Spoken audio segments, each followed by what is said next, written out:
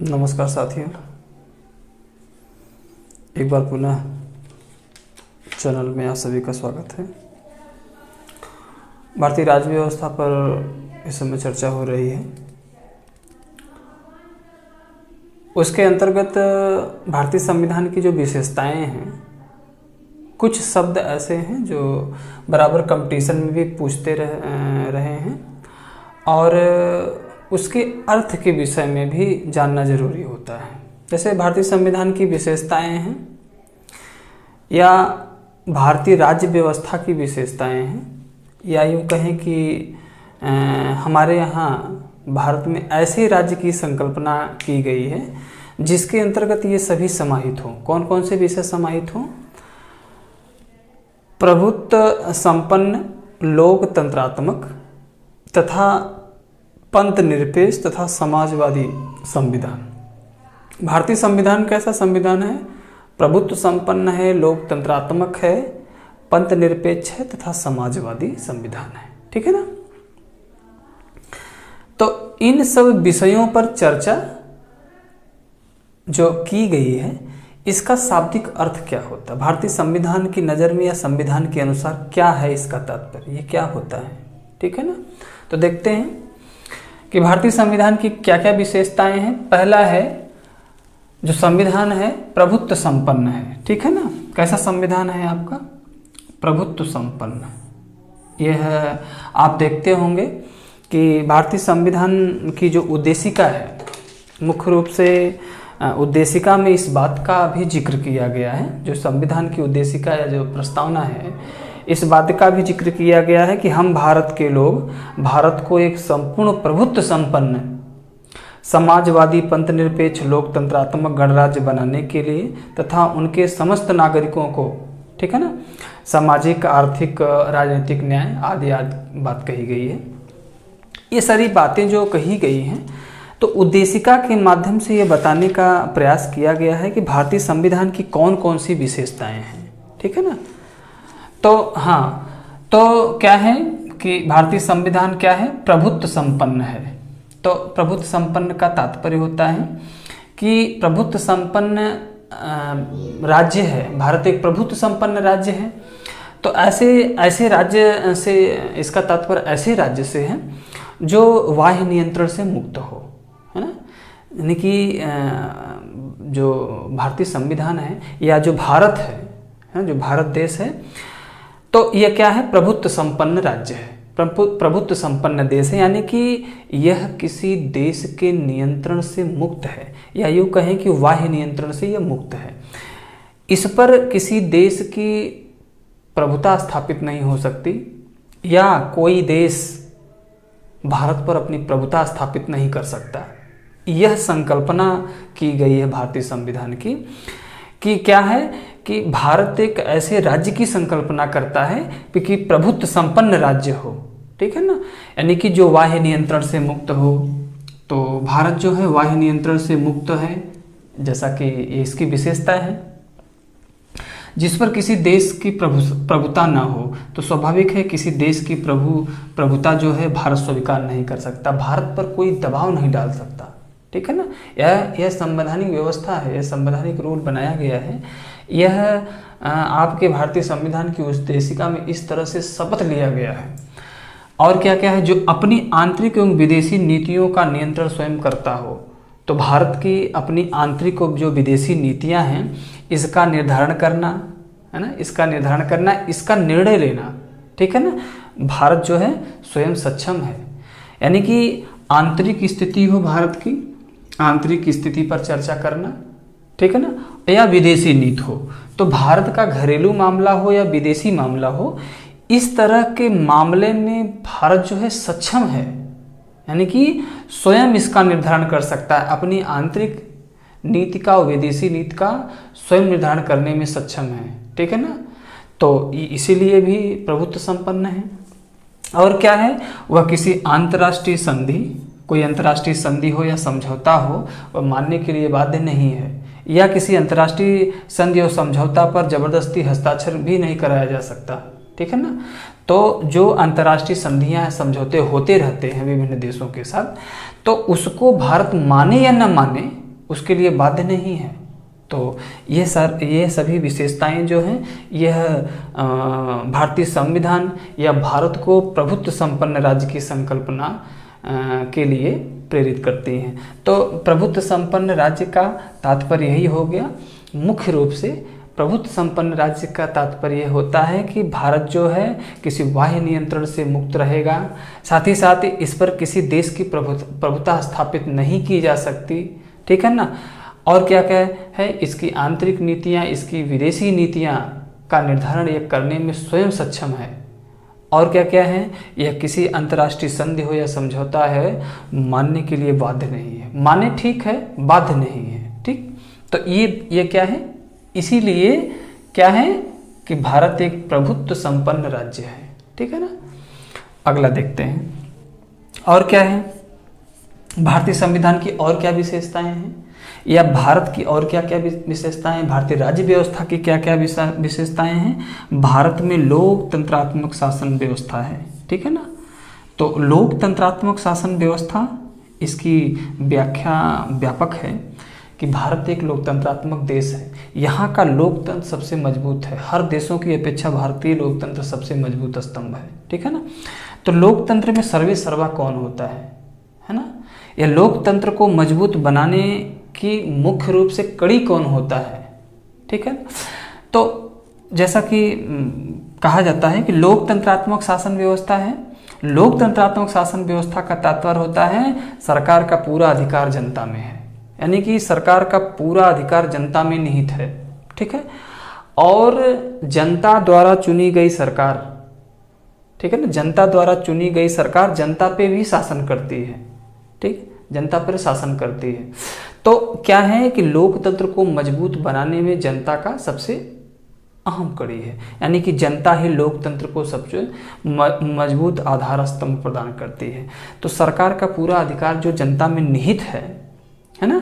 तो सरकार भी परिवर्तनशील है, जैसा भी जानते हैं सरकार परिवर्तनशील है, हर 5 वर्ष के बाद सत्ता बदलती रहती है।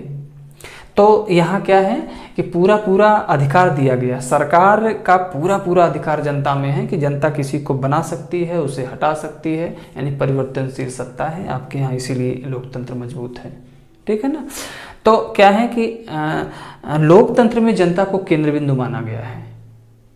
तो आपके यहाँ लोकतंत्र मजबूत है, आपको पूरा अधिकार है, पूरा लोकतंत्रात्मक शासन व्यवस्था आपके यहाँ है। यानी कि लोकतंत्रात्मक शासन व्यवस्था का तात्पर्य यही है कि आपने देखा होगा अब्राहम लिंकन की भी परिभाषा है।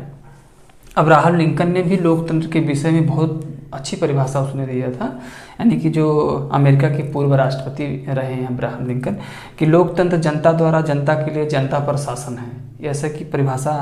तो क्या है कि जनता को कहीं ना कहीं एक केंद्र बिंदु बनाया गया है कि लोकतंत्र में जनता क्या है, सर्वे सर्वा है। तो सरकार का पूरा अधिकार जनता में है और जनता के द्वारा चुनी गई सरकार जनता पर ही शासन भी करती है, उसी के लिए बनाई जाती है, जनता बनाती भी है और उसी पे शासन करती है, ठीक है ना। तो लोकतंत्र में जनता क्या है, सर्वे सर्वा है और सबसे बड़ा मजबूत आधार स्तंभ जनता है, ठीक है ना। इस तरह से बराबर प्रश्न जो है आपके कंपटीशन में आते रहते हैं।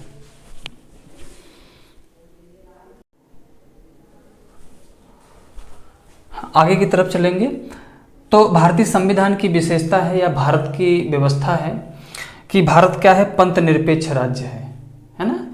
यह संविधान की व्यवस्था है, संवैधानिक व्यवस्था है कि भारत को पंथ निरपेक्ष राज्य दिया गया है।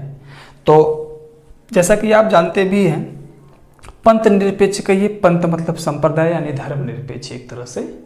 तो पंथ निरपेक्ष राज्य है, यानी कि भारत एक धर्म निरपेक्ष राज्य है। तो इसका मतलब क्या, कभी कभी वनडे कंपटीशन में भी प्रश्न इस तरह से आते हैं, बराबर प्रश्न पूछता है कि भारतीय संविधान की विशेषता के अनुसार प्रभुत्व संपन्न राज्य की या प्रभुत्व संपन्न का तात्पर्य क्या होता है।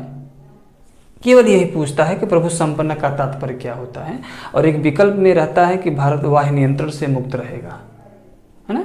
इस तरह से इसमें से कोई विषय एक छोटा सा बना के दे देगा, या भारत की आंतरिक विदेशी नीतियों में भारत निर्णय लेने में सक्षम होगा, या यूँ पूछ देता है कि लोकतंत्र का सबसे मजबूत आधार स्तंभ किसे माना गया है, तो जनता एक विकल्प होता है, जनता। उसमें विकल्प में कई विकल्प होते हैं, तो जनता भी एक विकल्प होती है, सही विकल्प ये है। फिर पूछता है कि भारतीय राज्य व्यवस्था में पंथ निरपेक्ष का तात्पर्य क्या होता है, या संविधान की विशेषताओं में पंथ निरपेक्ष का मतलब या धर्मनिरपेक्ष का तात्पर्य क्या होता है, ठीक है ना। तो पंथ निरपेक्ष कहिए या धर्मनिरपेक्ष कहिए, इसका तात्पर्य क्या होता है कि धर्मनिरपेक्ष या पंथ निरपेक्ष राज्य से ऐसे शासन व्यवस्था से है जिसमें सरकार का कोई धर्म नहीं होगा, पहली विशेषता। पंथ निरपेक्ष राज्य का तात्पर्य है, या भारतीय संविधान की विशेषताओं में पंथ निरपेक्ष का तात्पर्य है, या पंथ निरपेक्ष राज्य का तात्पर्य है कि जो सरकार आपने बनाया है, तो सरकार जो है, ये सरकार जिसको आपने बनाया है उस सरकार का कोई धर्म नहीं होगा। पहली विशेषता है कि सरकार का कोई धर्म नहीं होगा। जो सरकार लोकतंत्रात्मक ढंग से चुनी गई सरकार है, यह लोकतंत्र के मजबूत आधार स्तंभ में जनता द्वारा जो सरकार चुनी गई है, उस सरकार का कोई धर्म नहीं होगा। और क्या होगा, और क्या विशेषता है, सरकार किसी धर्म को संरक्षण भी नहीं देगी, तो संरक्षण नहीं देगी, किसी धर्म को संरक्षण नहीं प्रदान करेगी, यह भी पंथ निरपेक्ष राज्य की परिकल्पना है।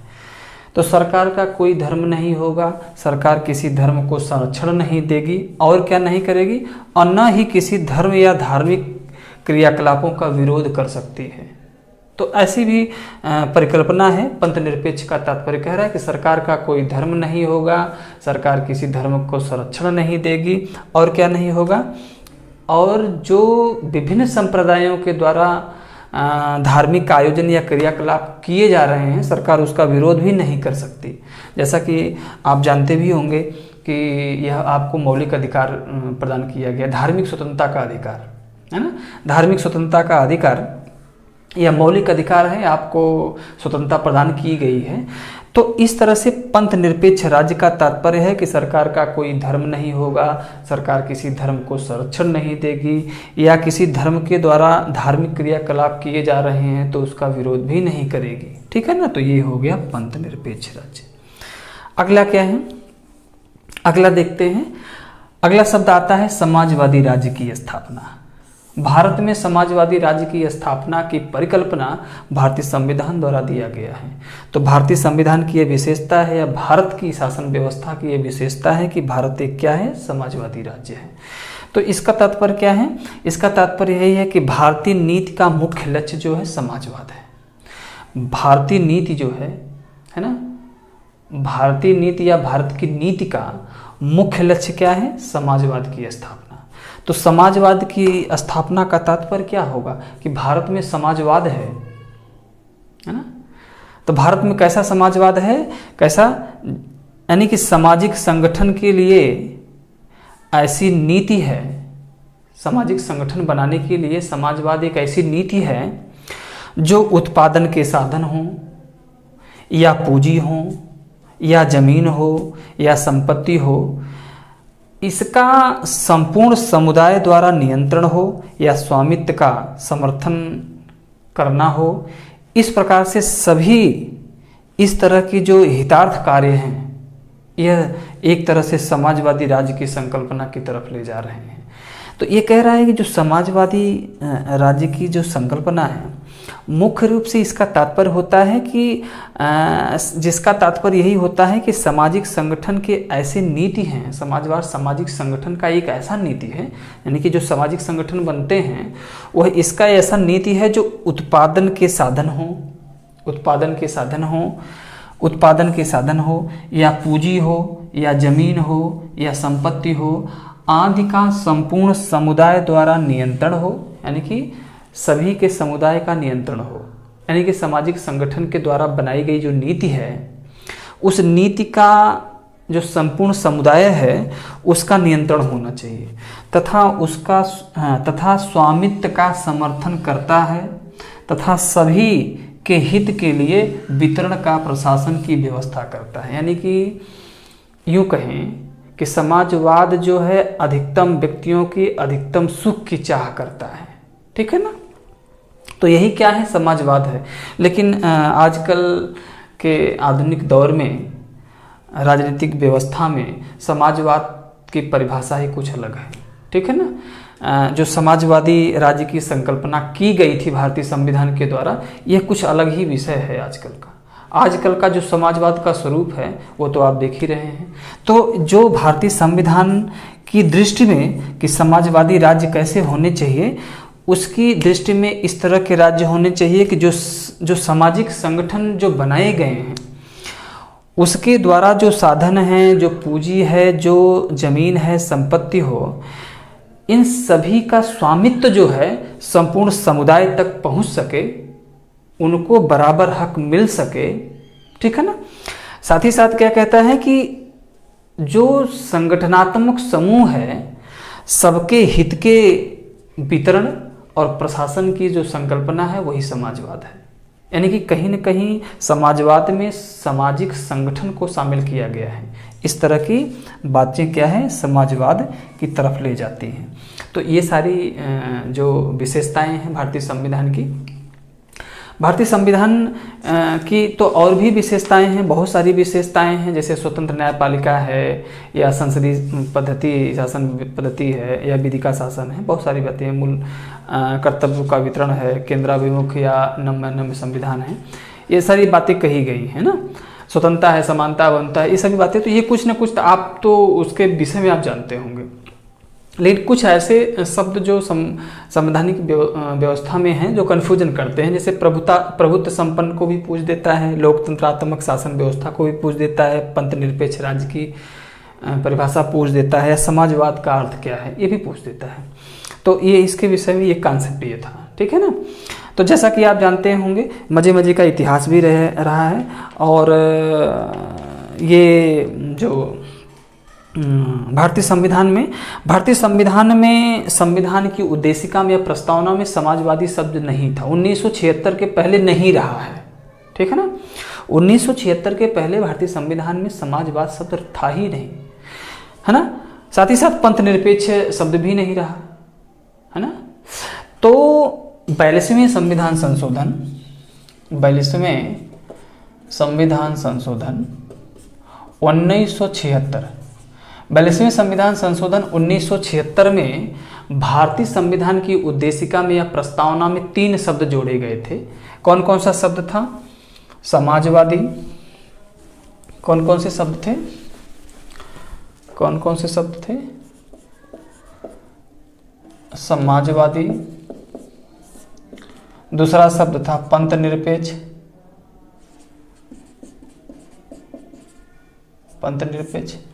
और तीसरा शब्द था अखंडता, ठीक है ना। तो 3 शब्द भारतीय संविधान की प्रस्तावना या उद्देशिका में 1976 में 42वें संविधान संशोधन के द्वारा जोड़े गए थे।